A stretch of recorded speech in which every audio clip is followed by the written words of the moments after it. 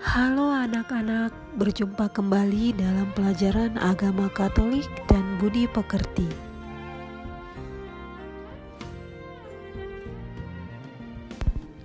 Hari ini kita akan membahas di bab 7, yaitu gereja sebagai tanda dan sarana keselamatan. Bagian pertama dalam bab ini adalah tanda dan sarana keselamatan dalam hidup manusia. Dalam berkomunikasi, manusia menggunakan tanda dan sarana untuk menyampaikan informasi. Tanda dalam Kamus Besar Bahasa Indonesia yaitu yang menyatakan sesuatu, pengenal, lambang atau petunjuk dapat berupa gambar atau gerakan tertentu. Nah, sedangkan sarana yaitu segala sesuatu yang dapat dipakai sebagai alat dalam mencapai maksud atau tujuan. Baik anak-anak, sekarang kita perhatikan gambar-gambar berikut ini. Kita mungkin tidak asing dengan gambar-gambar tersebut. Kita sering menjumpainya di sekitar kita. Sebagian besar tanda tersebut dimaksudkan untuk keselamatan agar orang yang melihatnya berhati-hati. Pada gambar tersebut ada tanda stop, tanda berjalan, dilarang belok kiri, dan sebagainya. Itu adalah tanda-tanda yang sering kita jumpai di jalan raya. Nah, tanda tidak hanya berupa gambar, tetapi juga dapat berupa tindakan. Misalnya, memeluk merupakan tanda kasih sayang, atau bila kita bersalaman dan mencium tangan orang yang lebih dewasa dari kita, itu tandanya adalah penghormatan. Selain tanda, kita juga sering menjumpai sarana keselamatan. Contohnya adalah rumah sakit sebagai tanda dan sarana untuk orang sakit agar mendapat keselamatan berupa kesembuhan. Sekolah juga dapat sebagai tanda dan sarana untuk melayani para siswa untuk mendapatkan keselamatan berupa bekal ilmu pengetahuan. Serta masih banyak lagi sarana-sarana keselamatan yang dapat kita jumpai di sekitar kita. Berbagai tanda dan sarana tersebut dimaksudkan agar semua orang mendapatkan kebahagiaan dan keselamatan. Berkaitan dengan keselamatan, ada berbagai pemahaman tentang keselamatan dalam masyarakat.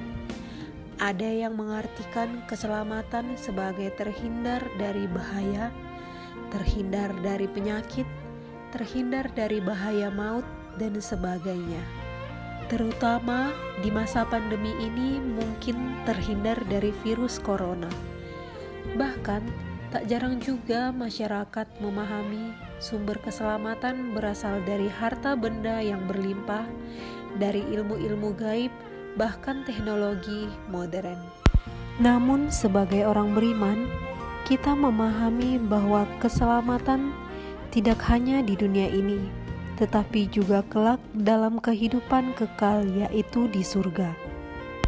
Nah, anak-anak, kita harus meyakini bahwa sumber keselamatan adalah berasal dari Allah sendiri.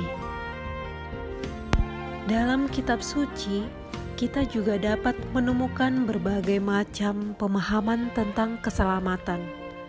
Beberapa di antaranya adalah yang pertama, yaitu mendapat pertolongan dalam Injil Matius 14 ayat 26 sampai 32. Perikop tersebut menceritakan tentang kisah Yesus yang berjalan di atas air, kemudian Petrus datang menghampirinya. Lalu karena takut ia tenggelam. Akhirnya Yesus menyelamatkan Petrus dengan menarik tangannya. Nah, itu adalah mendapatkan pertolongan dari Tuhan. Ada juga makna keselamatan, yaitu terbebas dari roh jahat. Contohnya dalam Injil Lukas bab 8 ayat 27 sampai 26. Ada juga keselamatan dimaknai dengan mendapatkan kesembuhan, seperti dalam Matius bab 9 ayat 20 sampai 22.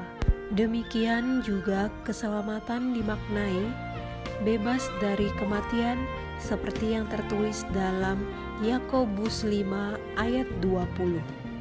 Dan masih banyak lagi pemahaman keselamatan yang datang dari Allah yang diimani oleh tokoh-tokoh kitab suci tersebut.